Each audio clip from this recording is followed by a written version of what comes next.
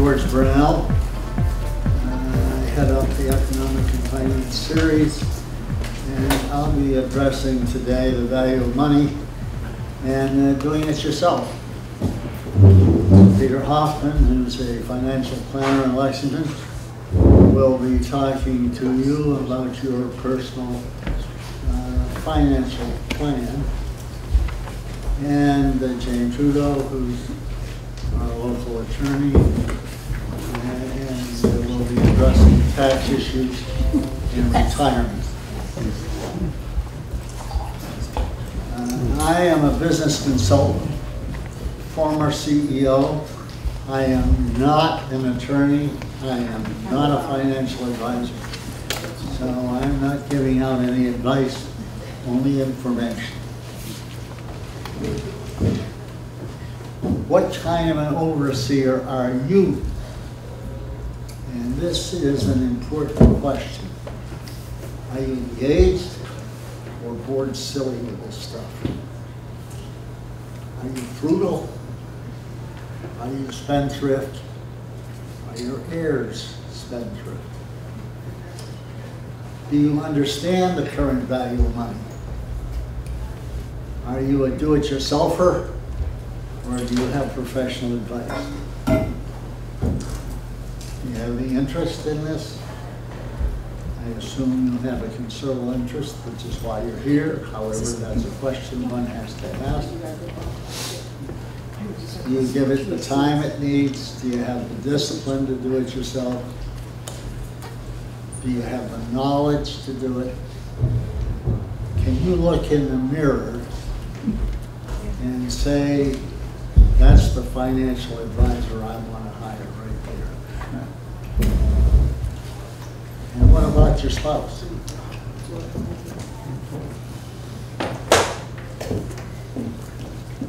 The goal is not to get rich. The goal is to live rich. Hopefully we'll pass on some advice for that today. I have with me a book called The Intelligent Investor.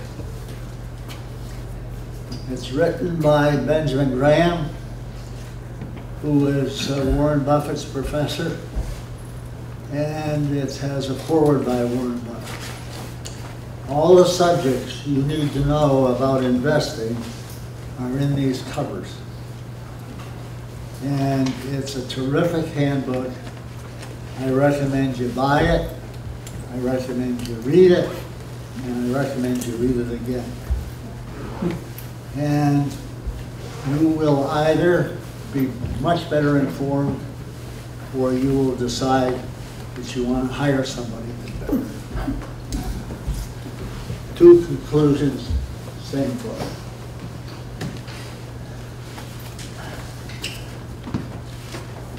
The other book I have, and this will be the basis for part of what I say today, but this is Capital in the 21st Century, highly regarded economic book. Thomas Piketty, the French economist. And what I want to take out of this for today is a summation. He gathered data over 300 years where data was available, obviously minimal in the earlier years. But inflation has ranged between 0 and 17%. And I just want to note that the Fed target is 2%. Growth has averaged 1 to 1.5%. The return on capital, things like real estate, hard goods, bonds, 4 to 5%. And equities have averaged 7 to 8%. So this now starts to impact what we do. So inflation at 2.5%. In 10 years, it's worth 80 cents. 20 years it's worth 62 cents. In 30 years, 49 cents. Now you've all seen this many times. There's nothing new about this. But how do you act upon it? What does it mean to you?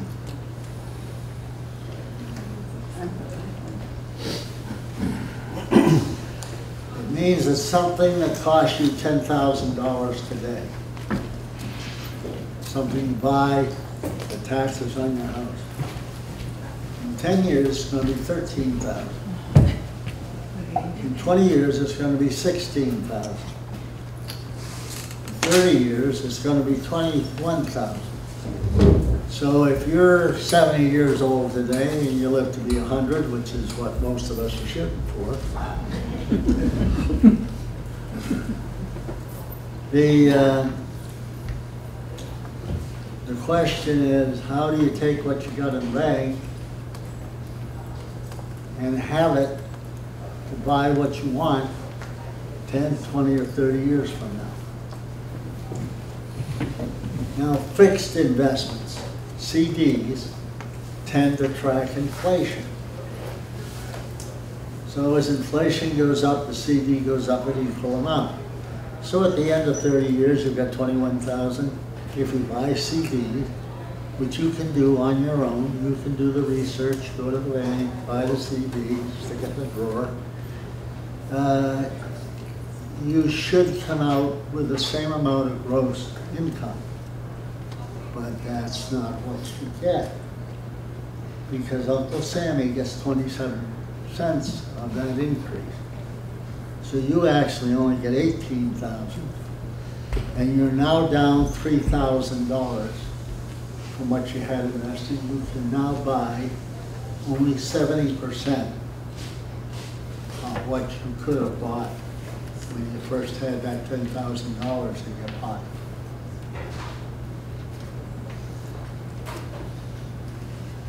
What if you invest in property or bonds? They run 4.5%. Your gross is $37,000 after 30 years. So it's an increase of almost 300%. However, most bonds and investments have some fees attached to it, whether it's real estate and you have to maintain it, whether it's bonds and you have service fees. So you end up with $28,000 rather than $37,000. And then after tax, you're down to $23,000. Inflation at that point means that the value should be $21,000. So you picked up only $2,000 or 20% of your original investment. You're not going to get rich that way. But equities. Equities at 7%, you're going to gross $76,000. That's a big increase. That's a 600% increase. Again, typical accounts have fees around 1.7% of one nature or another.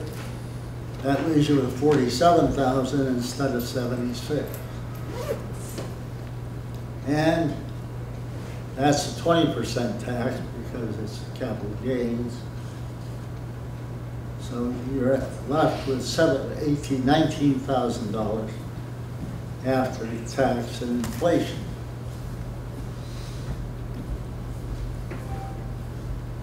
That is the strongest profit from your investment.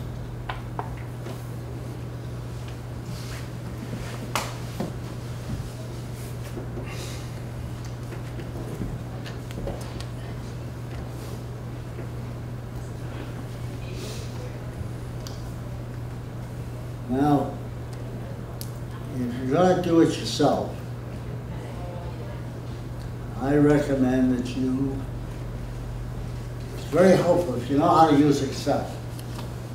I think it's very helpful that you do this. What I'm going to show you is Excel charts that I've done, and three things. A record of your investments, your assets. And that can include how they're broken down percentage-wise. It can include automatic calculation of what your estate is, what your net worth, all sorts of things spring off of that. A financial plan to age 100. And what is your investment return? Now, the better informed you are, whether you're doing it for yourself or with an advisor, the better decisions you can make, the better information you can give to an advisor, the better conversation you can have about your goals, your assets, and how you should transform it. It sharpens your engagement.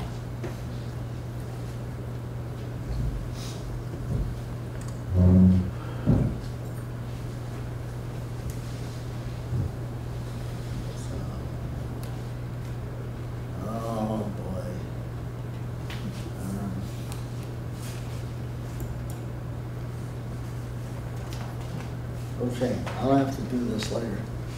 I can't manipulate this screen the way I want to. But I have examples of that Excel sheet that I can show you when we get into the question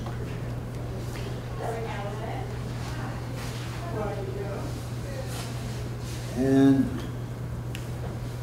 what the investment return shows is 6 accounts over the same 13-year period of time. The financial advisor did 7.9% net. 7.9%, 7%, 7.5%. The do-it-yourself, and that was effortless. Financial advisor took care of it. Bought, sold the stock, managed the account. Do-it-yourselfer did 8%, 6.8%, 6.9%, and worked pretty damn hard to get there. So that comparison gives you some idea of what that a good financial advisor can be a significant assistance to your outcome. Now, does this mean you should buy 100% equities? Absolutely not. They come with risk, and I would point out to you right now, and I'm not giving advice, please, I would point out to you that right now we're late in the cycle. And from my point of view, you take the risk early in the cycle, not late in the cycle. So at some point, the last drop, equities dropped 40 to 50%. Accounts lost a significant amount of money. I question whether this is the time to do that. Then your investment, as you well know, that there is equities, real estate, fixed, alternatives, and you need to determine what mix suits you at any point in time. That's not going to stay the same. So you have to balance the return, potential return, the impact of taxes, inflation, with this. Now, if you want to preserve your capital base, if you've got equities, on equities, if you're returning 7%, and then you take whatever you earn and take 2.5% and add that back to the equities, your equity base will continue to grow with inflation. That will leave you about 4.5% of what you earn to put in your spending column. if you're doing IRA, an IRA account, which has a significant advantage because you can swap bonds, stocks in that without impacting your taxes as you do it. So you can go from offense to defense without having a tax issue to deal with. But your MRD is going to be 5% or more, depending on your age. And at age 100, there's nothing left. So if you don't care about anything left, then you can spend it all. But if you don't want to, if you want something left, drop it into a different account. So what does that tell you? It's the old saw, buy low, sell high. But nobody knows how to do that. Not the pros, not the whiz kids, surely not us. So that leaves you the other one, spend less, earn more. All right, and the goal is to live rich. So Peter Hoffman, with Ryan Wealth Advisors, is going to talk to you about personal goals, plan for living, financial parameters, and investing. Peter?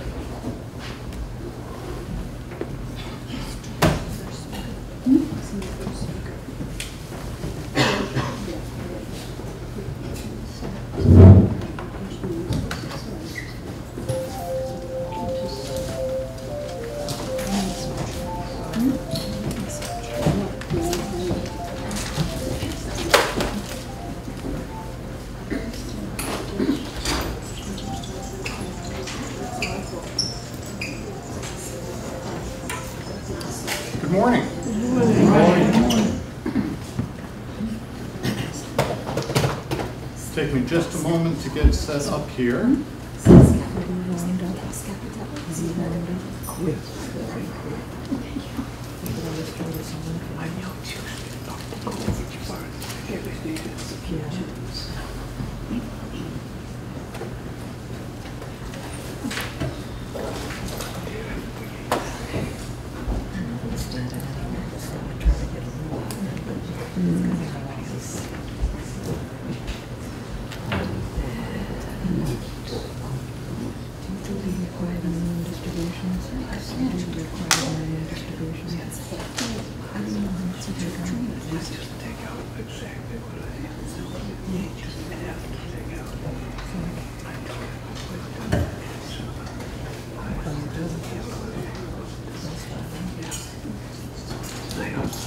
So this morning, I'm going to talk about do-it-yourself, personal financial planning, and George just gave a great outline of the kind of things that you need, the skills that you need, and some of the things that you need to think about if you want to do your own financial planning.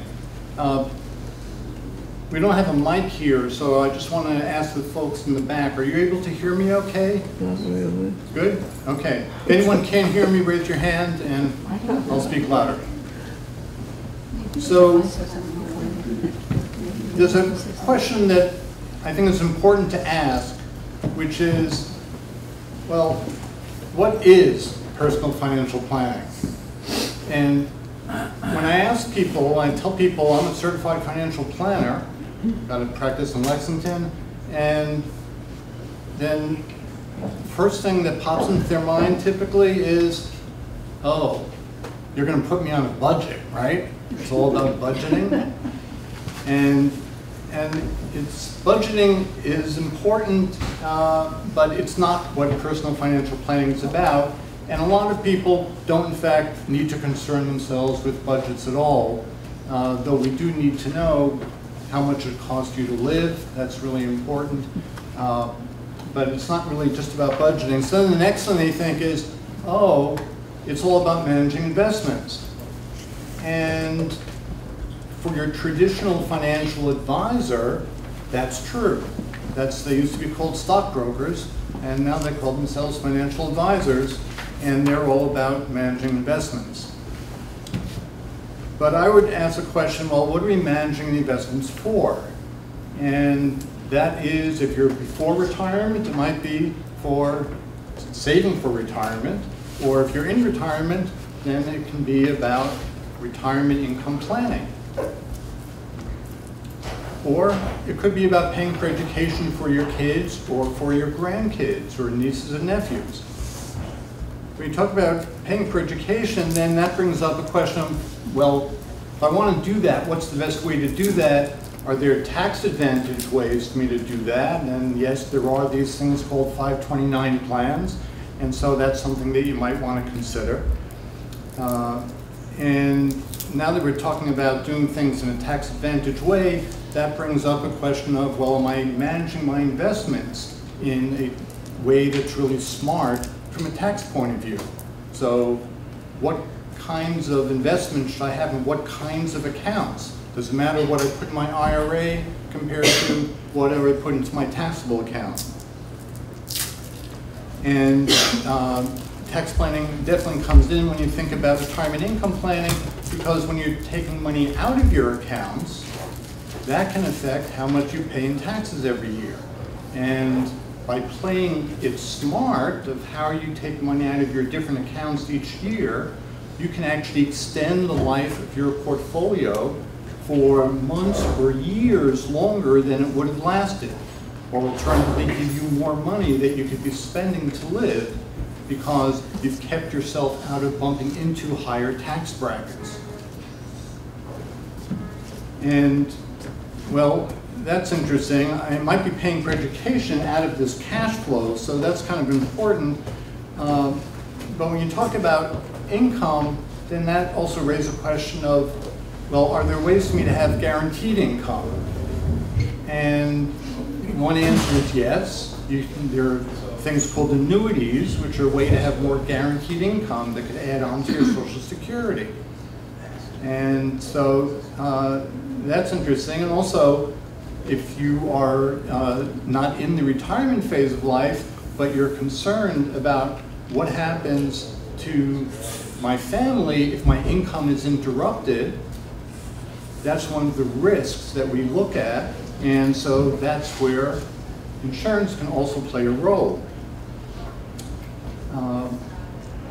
Now, if we talk about something like an annuity, then if I've got money in annuity and if I have more guaranteed income, then how I invest the rest of my money can actually change. I can take more risk with the rest of my portfolio because I have more guaranteed income coming in.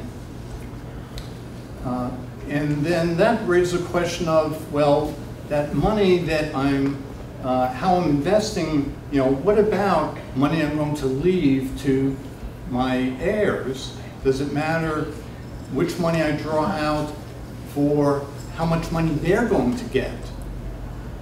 And it turns out it actually does make a difference. And then you have your estate planning affecting your income planning, because you want to be thinking about where you're getting your income from and where that's going to leave your estate. And if your estate is sizable enough, then life insurance can actually be an important part of how you deal with the taxes associated with your estate. Now, as you'll hear from Jane, the tax impact from a federal point of view with the new tax law is greatly reduced unless you have a very large estate. But if you do, then you're very interested in how you might be able to use insurance to help pay for estate taxes so your family is not put in the position of having to sell investments or properties when they don't want to. Now, if you're at the point where you're still putting kids through college, then if something happens to you, one of the things you want to make sure of is that you have money that's covered perhaps by insurance to pay for your kids' college in addition to your family's living expenses. And that insurance also has a significant tax planning impact because insurance benefits are not in fact taxable in Massachusetts. They are in other states, but in Massachusetts they're not. So shifting money there can actually make a difference in the taxability of what's inherited. And estate planning has a lot to do with taxes and avoiding taxes. And finally, part of your estate planning might be to account for education funds for your kids or grandkids. So we look at this and go, wow. So it's like a spider web. Everything's connected. And so if I start just focusing on one thing, how's that going to affect everything else? And that's a really good question. We live really complicated financial lives, and we really need to understand how do these things all hang together. So there is a North Star, as it were, that helps us with figuring all this stuff out. And it's really where we start doing financial planning. And that's your goals. If you don't know where you're trying to get to, it's really hard to know what route you should take to get there. And your goals could be anything from, I want to pay for education. It could be that I'm charitably minded and I want to be leaving money for the church or college, a place that's important to me. It could be that you love to travel, or you like to stay at home, but you want to go and fix up your house. There are a million different ways that you can spell a life of security and satisfaction for everyone. Everyone has their own dream of freedom. And so when you do financial planning, when you do it right, from my point of view, you actually start with spending a lot of time on the goals question, because you really don't come up with the right answer for anything else unless you're clear what it is you're planning for. So I want to show you, given this level of complexity here, and this is not something, if you're a smart engineer like George, and you've got 50 plus years of experience, when you can do a lot of this on an Excel spreadsheet. And I'm an engineer, so I know about spreadsheets. But to pull all this stuff together is actually really complicated. And it actually takes rooms full of programmers putting together programs that can calculate the impacts of different things. If you change this here, then how's that going to ripple out? So I want to show you actually what it looks like when you go and see a financial planner, and when they're using software that's designed to help solve this very knotty problem.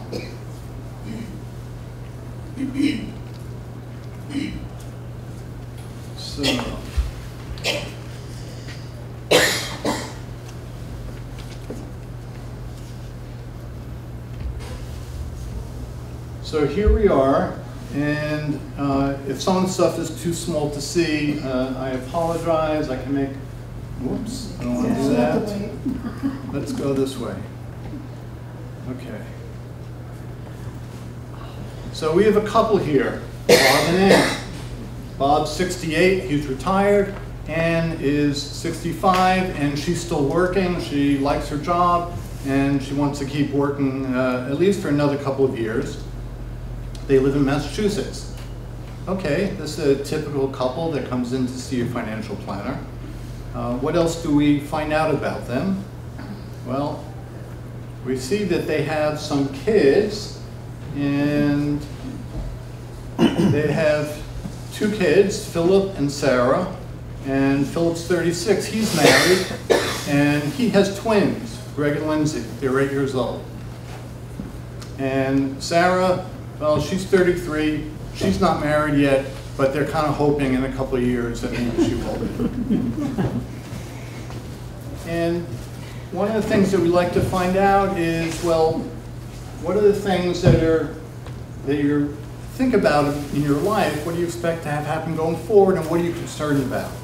So what we see is that for this couple, the blue here represents Bob. He's looking forward and is already engaging in an active lifestyle. He loves biking, he loves being in the outdoors. That's the life for him. On the other hand, Ann is more into knitting and reading books, not as much into the outdoor life. They both like to help others. They're both charitably minded. That's important to them. Anne's looking forward to moving to a new home. And she, in fact, likes her job enough that she can see continuing to work even though she may not really need to at this point. They both love to travel. So that's something that they want to be definitely spending time on. They want to spend time with their friends and family. And it's important to Bob just to have an active but stress-free life. He'd like to get out there and be in nature and doesn't want to really worry about anything else. Good luck to him. Okay, that all sounds typical. You may say, yeah, that sounds like me, for one or the other of them. And then they have concerns, and so we look at their concerns, and this is I've skipped over the getting them to fill out the forms part of things here, okay? So this is what we found out, that they both have a high level of concern here. They're see on the right to, whoops, no, it's not going to work. Bob's concerned about the cost of health care or long-term care. And so we put in a goal, as you'll see, for health care, and where we can actually vary that and see how that impacts the rest of the plan. Anne's concerned about Bob dying early, and so we can go and model that and see how that affects everything. Because that means that they would be getting 2 Social Security payments, but if he dies, then they only have 1 Social Security payment. So that's significant. That's a cut in income, and she's concerned about that. She also doesn't want to lose Bob. Okay, but right now we're talking about mostly about the money part. Bob's also concerned about Anne dying early. It's a medium level of concern for him. And Anne is concerned about not having a paycheck. She likes having money coming in. That gives her a sense of security. She's also worried about outliving her money. That's a real problem that people have these days when lifespans, Social Security was designed for 65 because most people died at 65. They didn't think they'd ever have to pay anything out. Well, now we're living to 80, 90, 100. That's why Social Security is having some financial difficulties, and it also means that your money in retirement has to last 20, 30 or more years. Will it do that? That's what she's concerned about. Well, we can test that. We can change how long what your end of plan is, or when it is that the last person in the couple dies. She's also a little concerned about having too much time together. She doesn't really want to be around with Bob all the time, so we look at your visions of retirement and how you can actually make those real so you don't end up in a situation where you're both sitting around the house. Anne also has elderly parents, and she's concerned about how things are going to work if they're called on to help support them. So we can actually create a goal that you see goals all have time frames and dollar amounts associated with them for supporting her parents. They both want to leave money to others, and so you'll see a goal for that. And they're also both concerned about Alzheimer's or some other kind of illness, and for that we can look at long-term care insurance and other estate planning issues to make sure that things are all covered if that in fact happens. And then we have concerns about running out of money or health issues, and finally they're both somewhat concerned about suffering investment losses, knowing that that would likely impact their lifestyle. So that's Bob and Anne. Once we've gotten your information, we then ask, well, how long do you think you're going to live? And statistically, Bob's more likely to live to maybe 91. I like to have people say that they live at least 95. And if you want to be really conservative about it, then you can use the advice you heard from George, which is, go and put it up at 100. Because if you can make sure your money lasts to 100, you're probably pretty safe at that point. So you can set this to whatever you want. I'm going to put it at 95. A lot of people say, oh, put it at 82. It's like, oh, well, And then we have a discussion about, well, do you have longevity in your family? And, or do you have an illness or reason to think you will in fact pass away then? But we see that their money has to last for 28 years. And we're going to wrap this up in just a moment.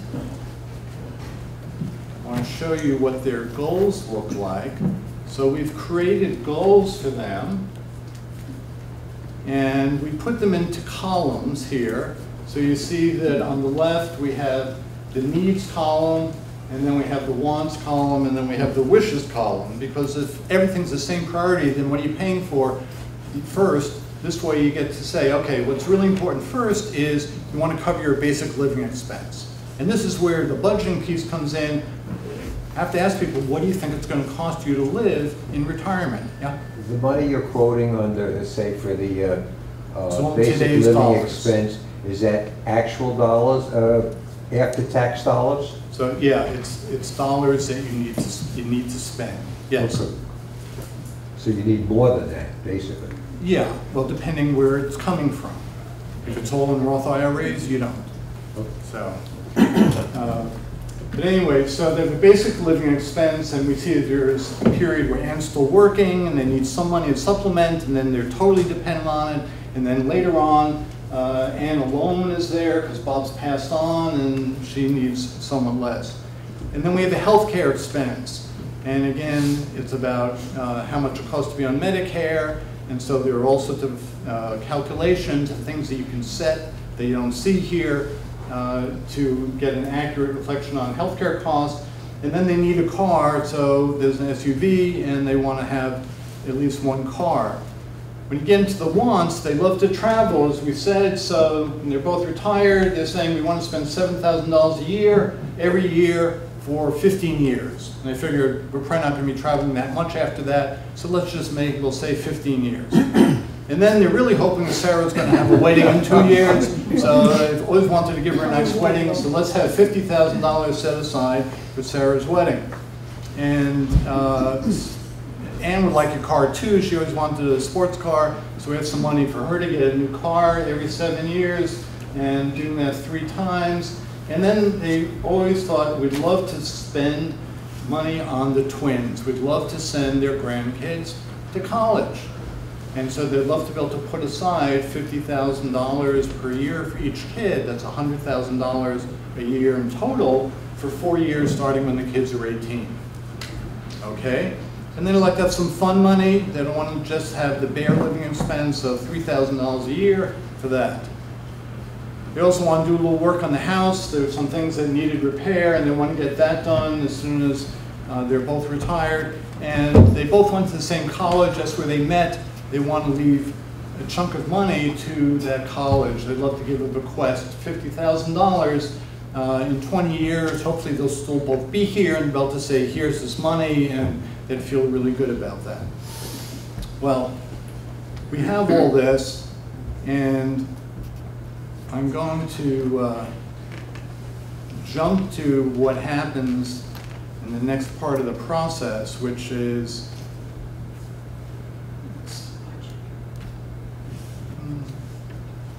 so the computers up in the server farms are all furiously grinding away. You know, here we go. So, and Social Security, yep, we know about what Bob is getting now, and we know what Ann would get if she waited until she were 70 to collect. And we also know that, and I'm not going to go through this in detail, that they have investment assets of $1.88 million. And right now, Ann's continuing to contribute to her traditional IRA. And they also own a house that's worth $845,000, but they're not including that in the plan as money that they're willing to spend because they don't want to sell the house where they live then. They figure if they sell the house, it'll probably be because they're going to be buying, they're going to be downsizing, or they're going to be buying into assisted living or a continuing care community. Those dollars are going to be used in some way for housing, so those aren't available to spend. So where do we then go from here? That's the house. And next part of the process is very important. It's about how much risk are you willing to take on in your investments. And so there are instruments that we use to help figure this out. And it's important to look at this as a couple, because even if part of the couple, typically the wife, is never looking at this stuff earlier on, she is going to be rather more concerned about this now with no income coming in when she stops working.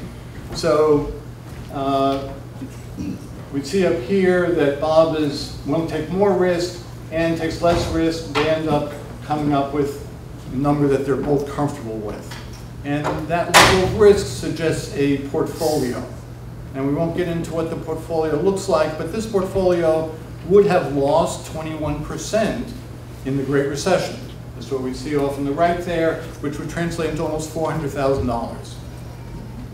It's a lot of money, and we actually do some checking on that to see, well, would you in fact be willing to live with that? And we say, okay, how would you feel if that's what you saw a year from now, that you lost $400,000? And Bob says, well, I wouldn't be happy, but I'd be okay. And Ann says, I'd be worried. It wouldn't keep me up at night. And then the key question is, what would you do about it? And the right answer is, I'll hold on. I'm invested for the long term. If the answer is we'd start selling stuff, then you're taking too much risk with the portfolio because you don't really want to be selling when stuff is down. This is where a financial advisor can be helpful. They can talk you off the cliff when you're ready to start selling things because you're getting worried. But you want to make sure you're not investing in a way that is going to cause you to want to sell everything. Unless you're investing in a way where it's appropriate to be selling when things are down, that's a whole other discussion. And you do that way before things drop way, way down. So here's the question then. Can I fund all my goals without running out of money? And we use something called Monte Carlo analysis. We know the market changes every year. We don't know what the market's going to do in the future, but we can make up different returns for each year going forward. And we can do that 1,000 times, 1,000 different futures with different returns every year. And when we do that, what we see is that these green lines are the paths of their portfolio from now until the end of their lives.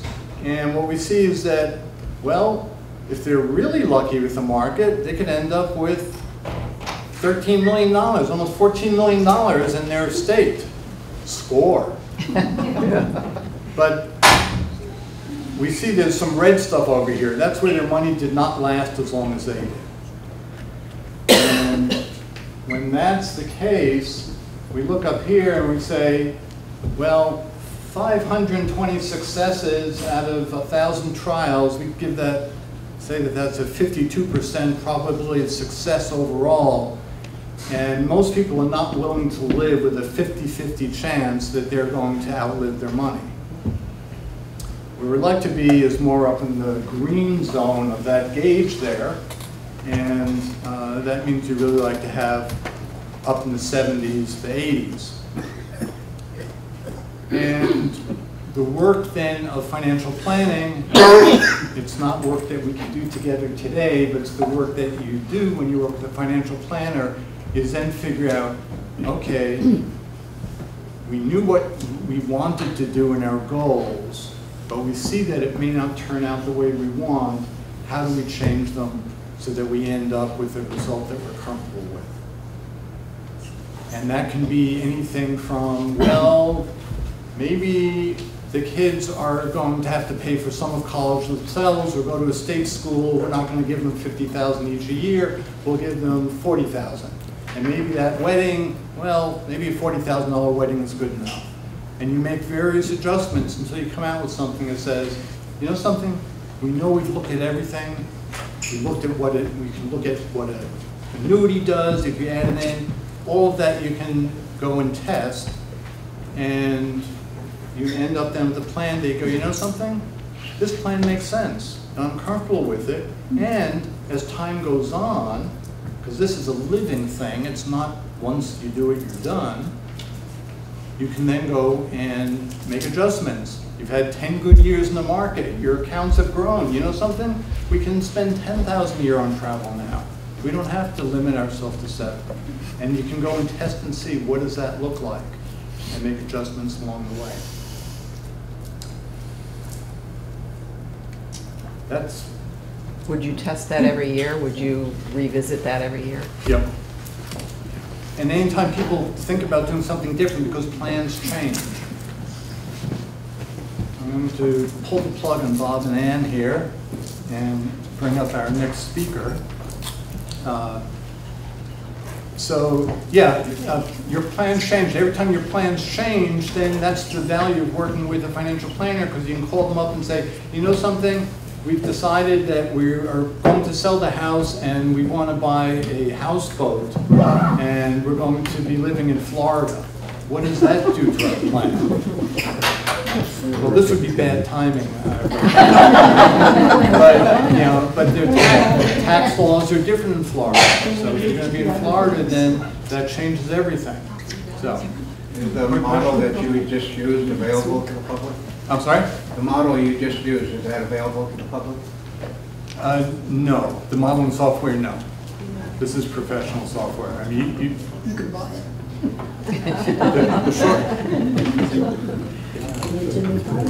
It wouldn't be worth it, but there is software available. You know, there is free software online if you search for it. This is a bit more robust than you typically find for free online. Thank you. Thank you.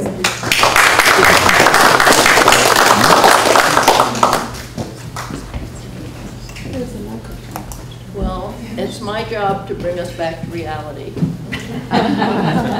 Any rate, George, do you know, I think, is this on? Yes, it is. Yes? Yes. Oh, good, all right. I have a handout, but I'll give it out afterwards. It really follows my slides, so you'll have all this data. And you'll notice the name of my little talk is Now You See It, Now You Don't. And I'm talking about taxes and retirement.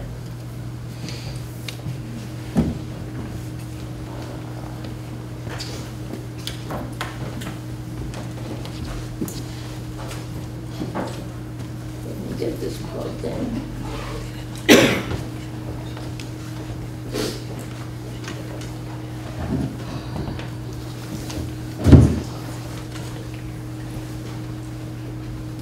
Hope you're not seeing my.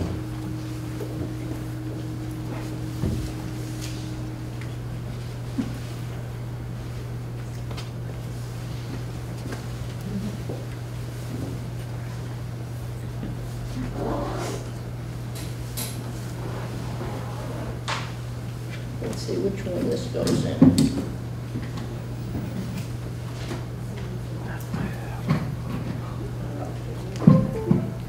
Oh, let me go back.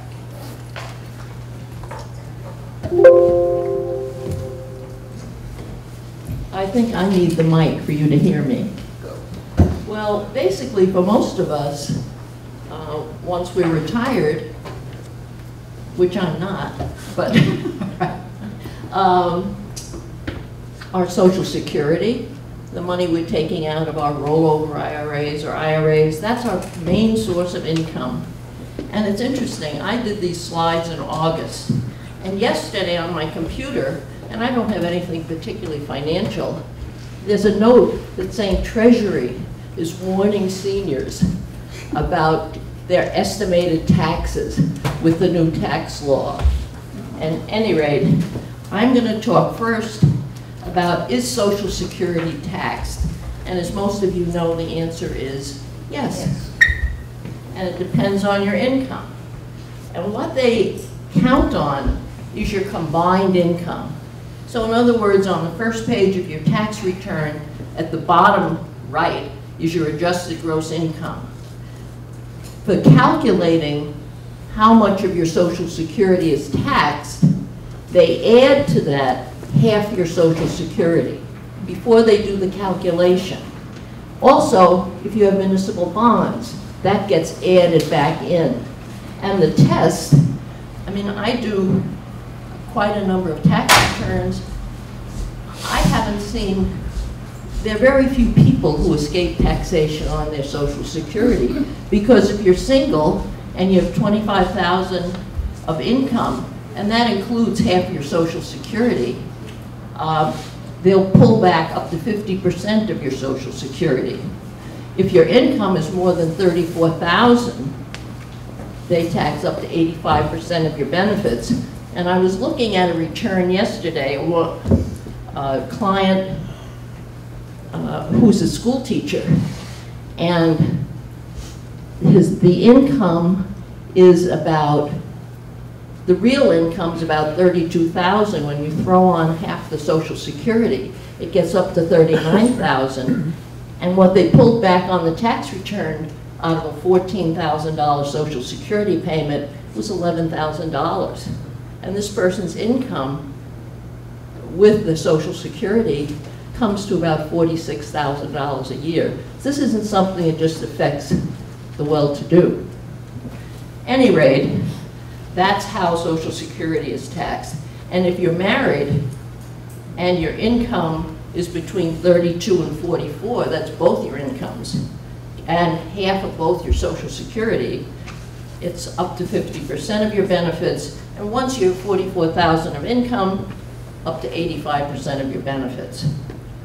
So when I said, now you see it, now you don't, that was sort of my sarcastic way of talking about some of the income we count on. Also, out of your Social Security, and I'm sure most of you notice when you get your end of the year statement, for most of us, it used to say $1,259, $1,259 a year was withheld for Medicare Part B. And that's just automatic, you have no choice. But this is the scale. And how they do it was interesting. We sold our house in 2014, and in 2016 we had a really big surprise that they were withholding quite a lot for our Medicare, because we had, you know, we bought our house 50 years ago, we had a fair amount of gain.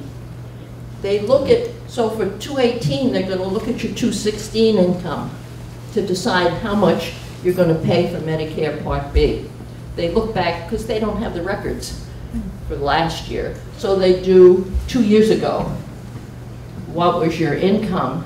And if you're single and it's $85,000 or less, and it's gone up, it's $134 a month, which I think comes to about, instead of $1,259, I think it comes to about $1,600 something this year. That's kind of basic. If you're married, $170,000 is the test. So for most people, what I see, they pay this sort of minimal amount. But in a year where you sell your house, or if you happen to have more income, you can pay, let's see, you can pay quite a bit of money. I was figuring it out. At any rate, this is how they calculate your Medicare Part B, and just about everybody pays it. So when you say, oh, I'm getting $24,000 a year in Social Security, part of it's going to be taxed, and part of it they'll be withholding for Part B. This is not your Medigap, this is just basic Medicare.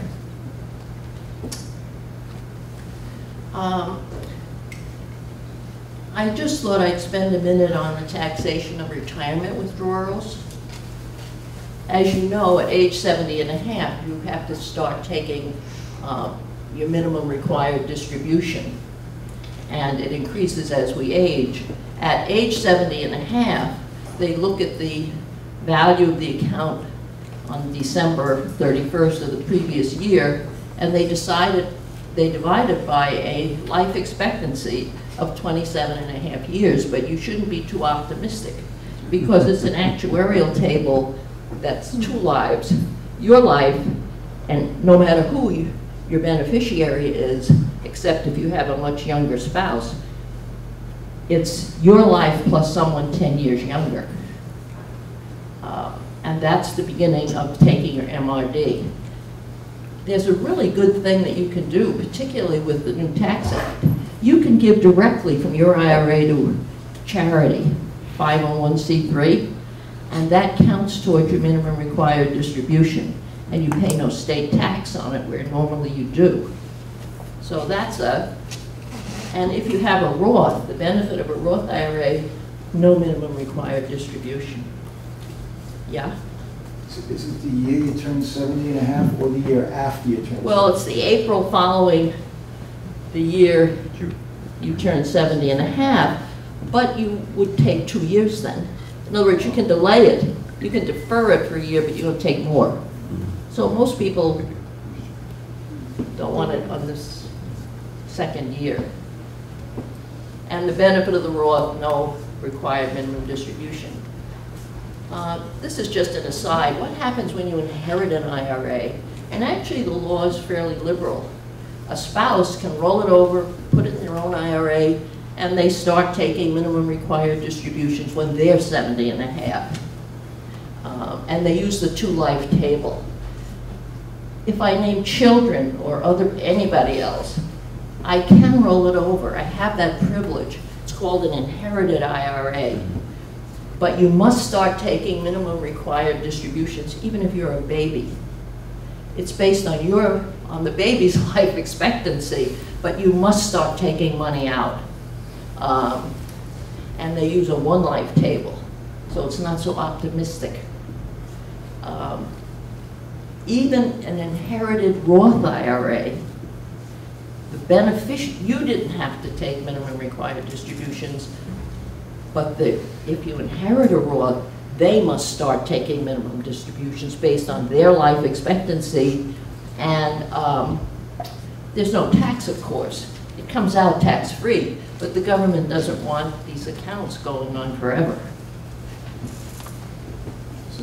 So if a 30-year-old inherits your IRA, and they believe to have 60 years of life, they would take 1/60. Yes. They have to take 1/60 Yes. every year as taxable income. No, it's a Roth. No, not a Roth. Oh, regular one, yes, it's taxable income. But it'd be 1/60. It'd be so little, it defers it for a long time. It defers it for a long time.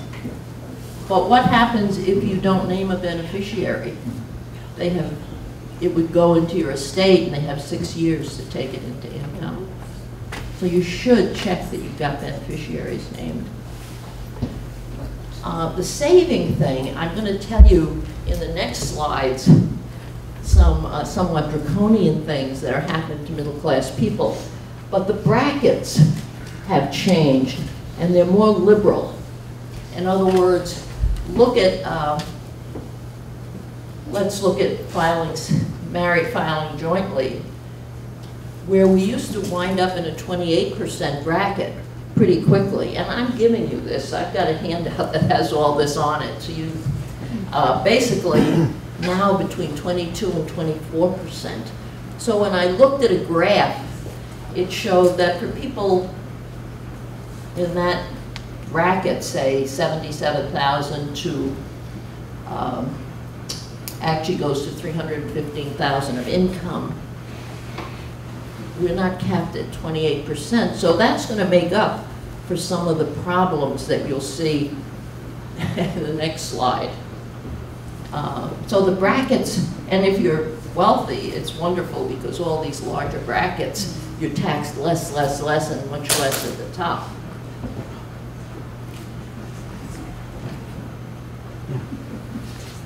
The standard deduction. This is a big change this year.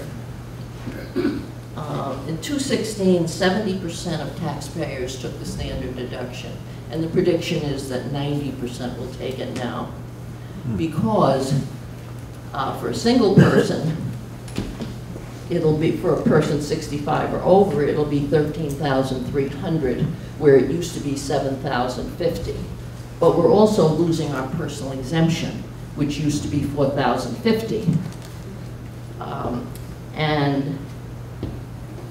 any rate, I had added those two numbers up, and it came to that we used to get about 11,000.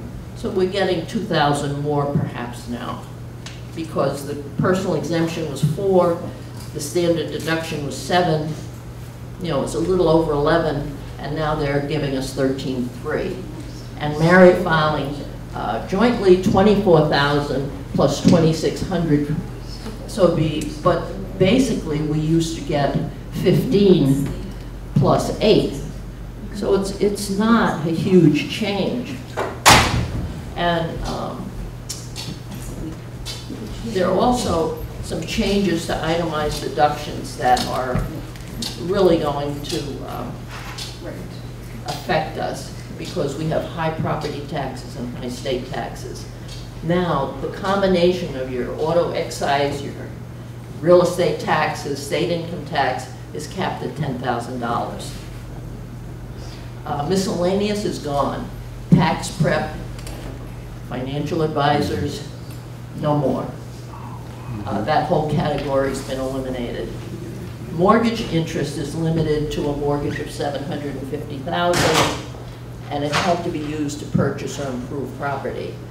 So you can still do a home equity, but you're supposed to use the money to improve your property or use it in a trade or business. It's not deductible if you use it to buy a car, and it's limited to $100,000, and it counts towards the $750. Yeah. What about medical expenses? Where does that stand?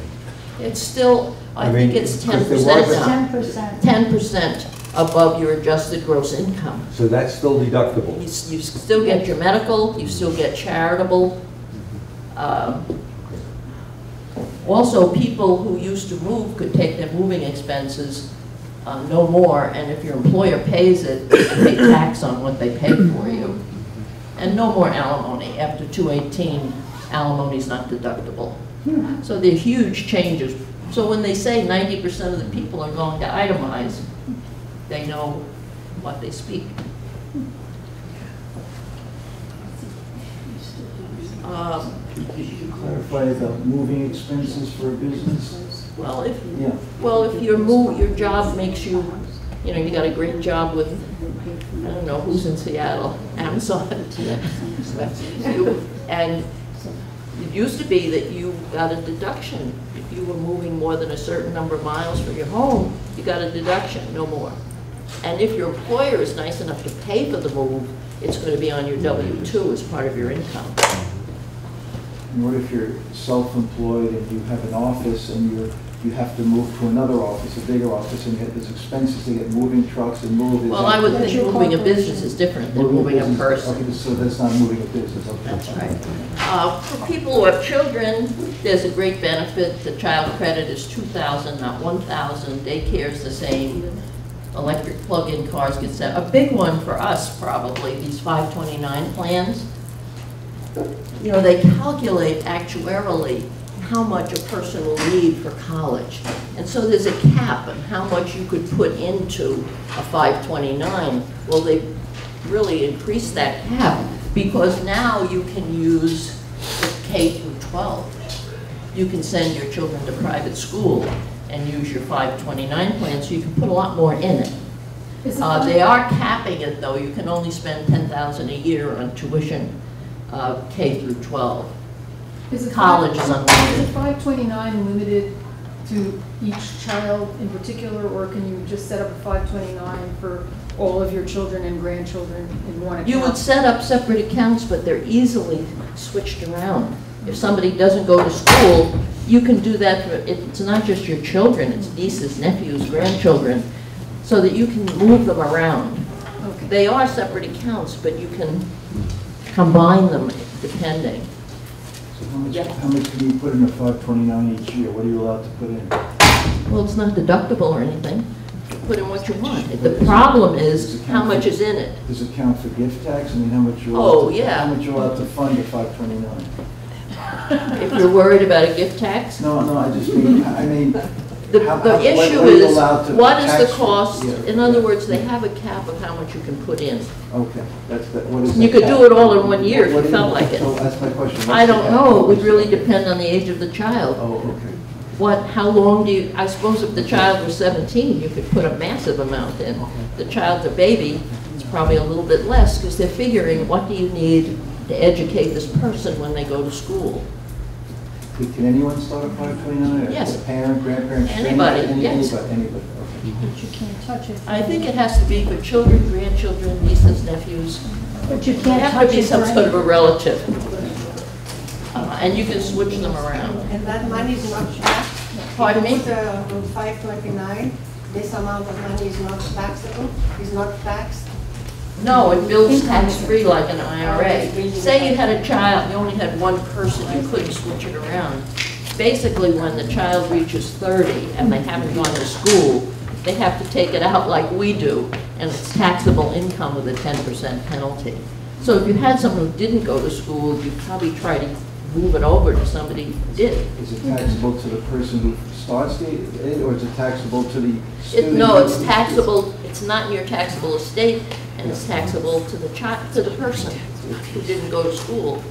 When the money's pulled out to pay for college, is that money taxed or no? No, It's not. no, it goes right for tuition. Okay. It's only for education. Only for education, that's right. So to some extent, if you're, leaving something for your grandchildren and you care about education and you really don't want to spend for other things, 529s are a good plan because that's all it can be spent for, even though now it's K through 12 as well. So that's all the good news I have to tell you this morning. Enjoy. You said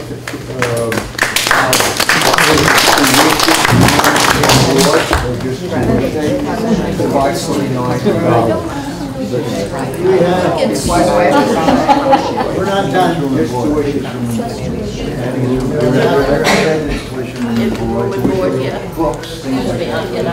Providing books, the tuition room, I read that it's for tuition room.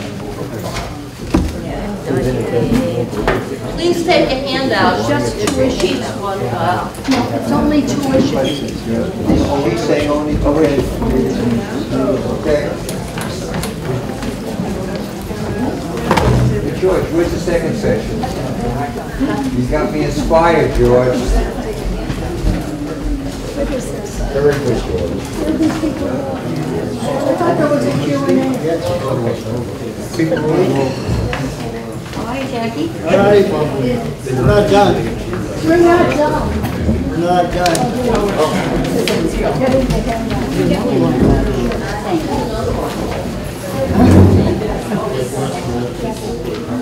Left hand, right hand.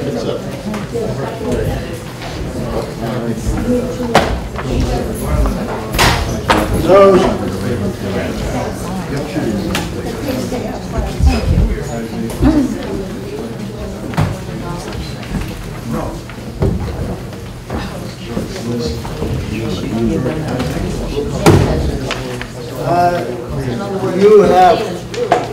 you have questions for either of the other two speakers? Jim? Yes, I have a question for our financial advisor. I really enjoyed the presentation. And an issue that I've always had a question about, which could be answered by your Monte Carlo, is if you ran the simulations and you separated them out into those that had a health problem and those that didn't, I think you'd find that most of the, it'd be interesting to know the probability of success. If you didn't have a health problem, which is probably close to 100%, the probability of failure, if you did, which is probably close to 100%. So in this situation, the only variable was market return. Right. So they all had the same health situation here.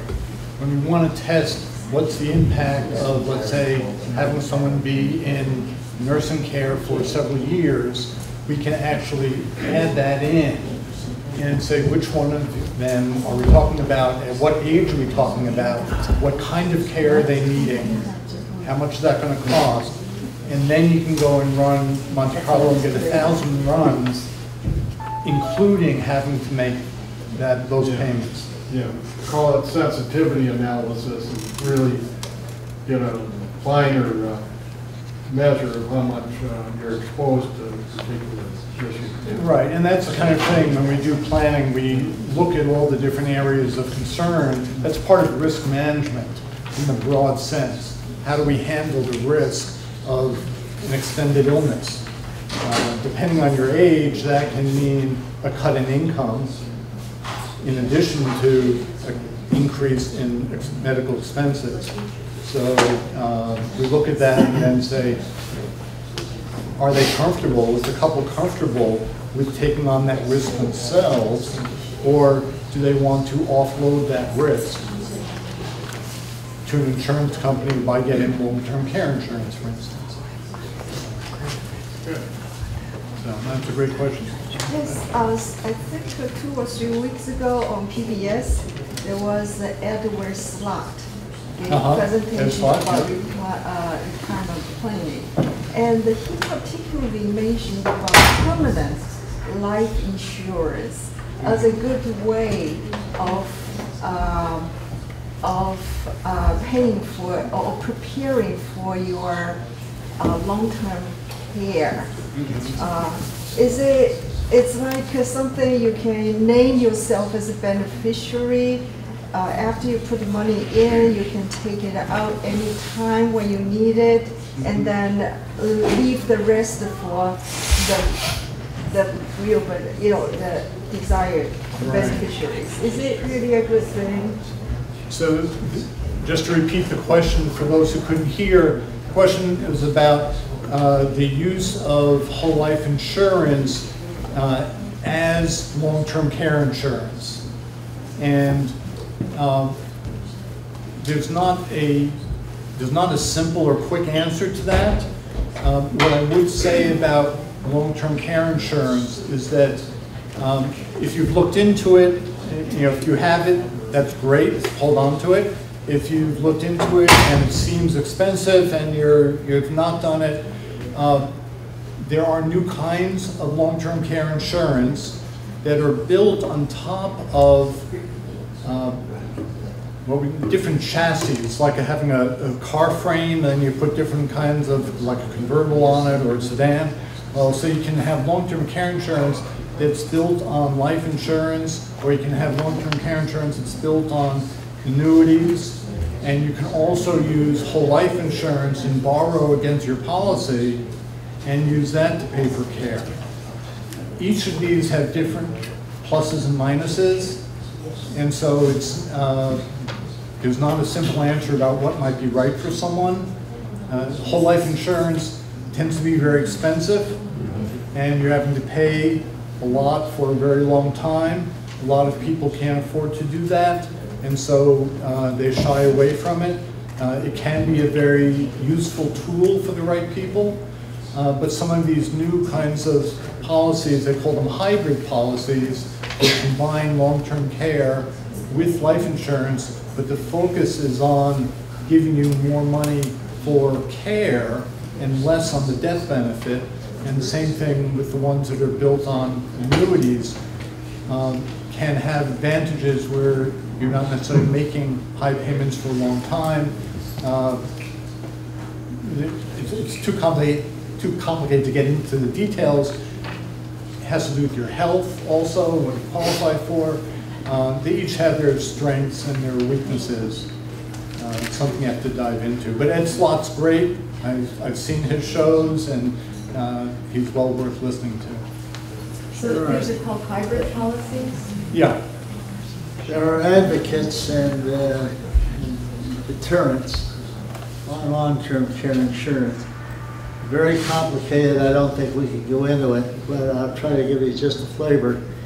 The existing policies that are out there over time have been unsatisfactory, and the premiums have been raised. And the fundamental issue is that only 58 cents out of your dollar goes to servicing the policy, and the other 42 cents on every policy goes to administration and to pay the salesman.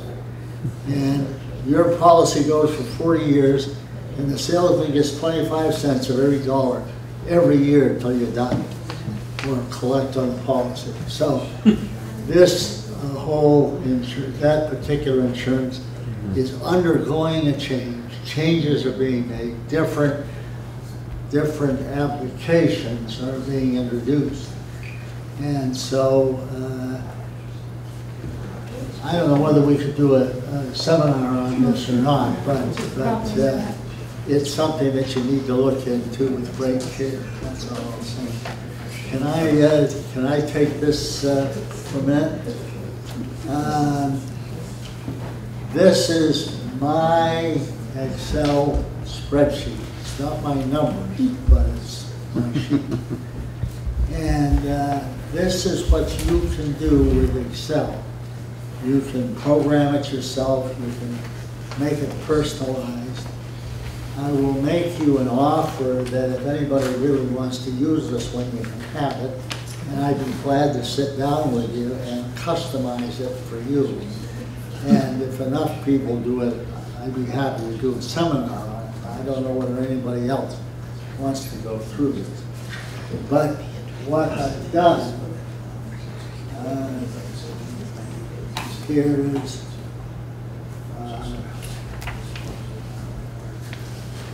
first column is husband, income. And this one is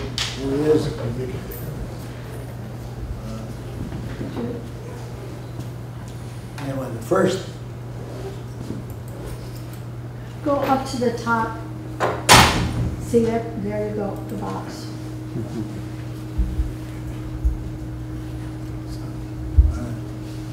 So,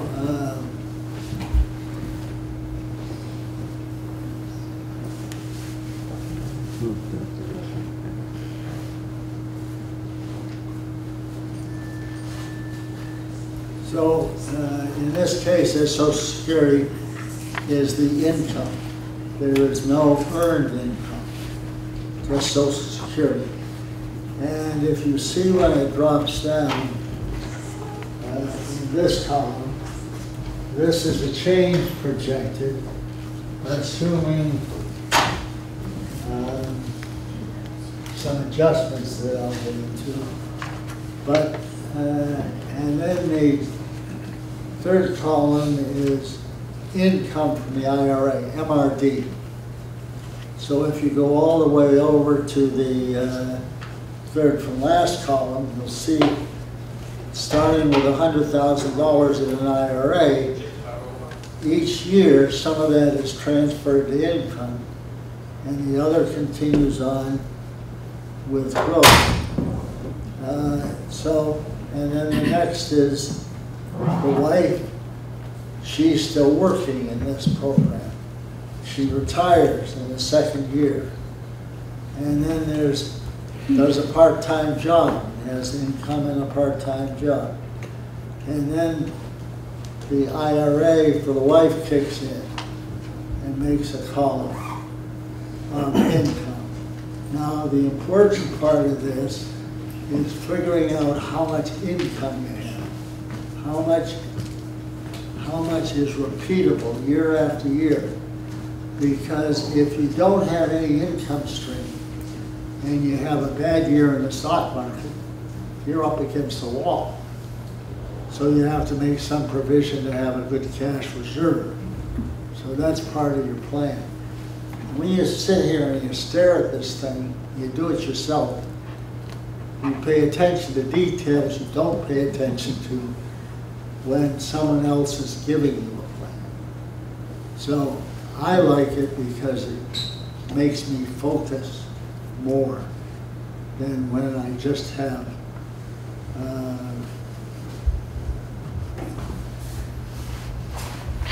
if you have multiple resources, you get better focus. It's like having one eye or two eyes. So the IRA I've got found in this. Now I go down to a second set of columns, and these are the investments. The first one's equity, bonds, fixed, and then total. So then what income is coming out of that?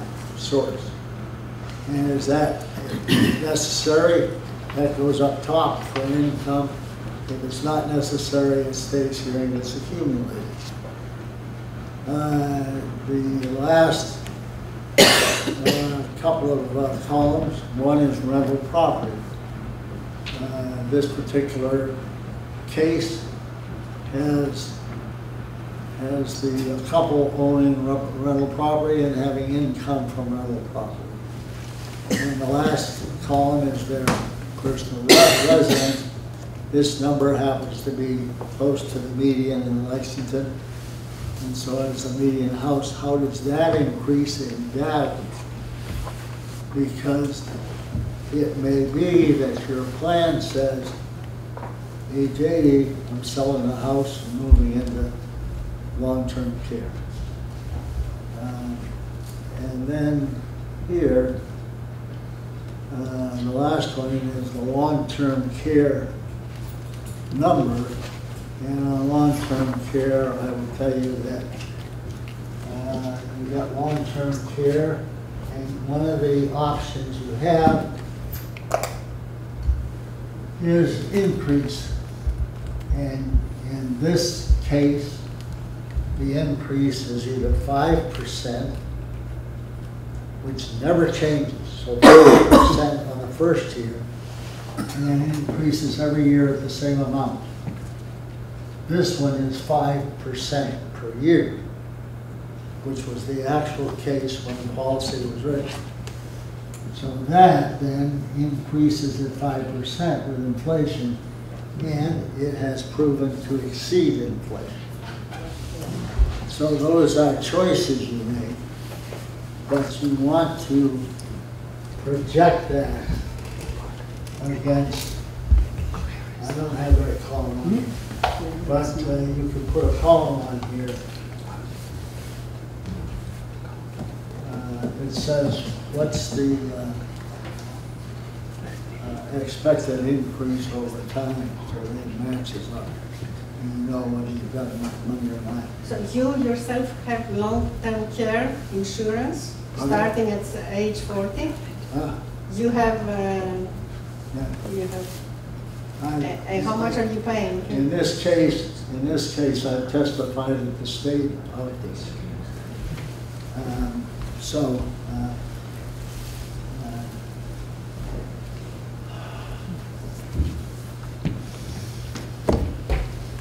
I'd say the premiums are running around $4,000 a year. Per person? Yeah. If they start at what age? Well, that's. If we start today. That's why I just put the numbers. I'd be happy to give you some precise numbers, but they do vary by age. But basically, what you're talking about is you're talking about a policy that's going to run for 40 years.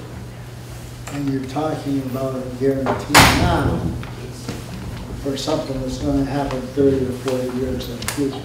And then, how do you start withdrawing? How do you have to prove that you need it?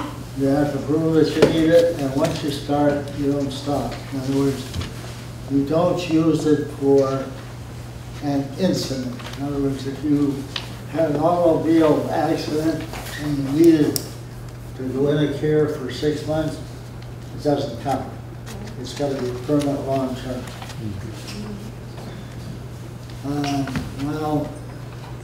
I'll give you one other note.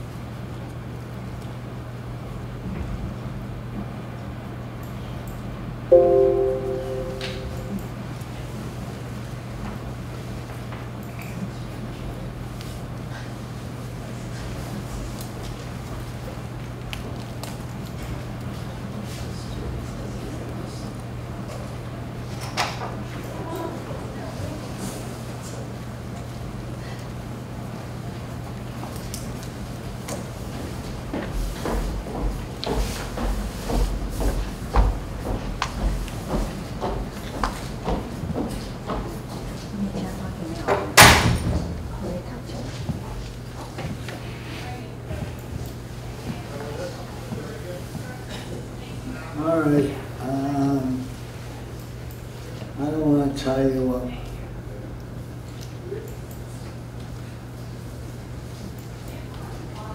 I had it on here, but I lost it. I also have a similar Excel sheet, which I keep track of, use to keep track of accounts, so that you know how you're doing, and whether you're earning what you should be earning by your account. So That was the question. You have one is with the spreadsheet with assumptions, and then you adjust it every year if those assumptions don't work out, or you have a separate one.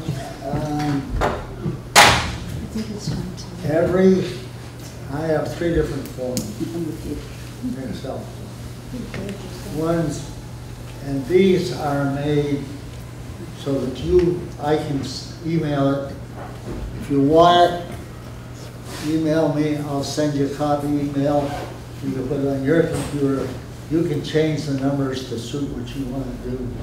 If you want to add columns or change columns, I can help you with that. But the 3 things that I recommend you keep a record of all your assets, that you keep a record of how you're doing with each of your accounts, if you have more than one, and that you, if you want to, do a financial plan. Now, I'm not talking about financial planning the way you heard earlier. I'm talking about keeping track of your funds and your money and what it's going to look like 20 or 30 years from now. And that's a different aspect. It's not the kind of financial planning that we heard. Any questions on that? Any other questions? I didn't answer that one correctly. Anything else? You Questions? assume a certain stock will do 5%. Pardon? You start with an assumption that your specific stock will do 5%.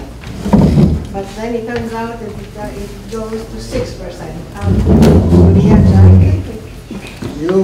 When you're doing a projection like that, you have to choose a number. Nobody knows what it's going to be. Okay. But there are patterns. And I choose to be a little bit conservative. Take a half a point or a point below what the average projections are. But if you keep them all the same, in other words, if you project, give an example, if you project inflation at 2.5%, then you project Social Security at 2.5%. If you project it at 3%, you project the other at 3%, the numbers will be comparable over the years. So that's what's important, is to keep the relationship between the various classifications. And on equities are going to be up and down. So when you do a projection, you're using a long-term average. You're not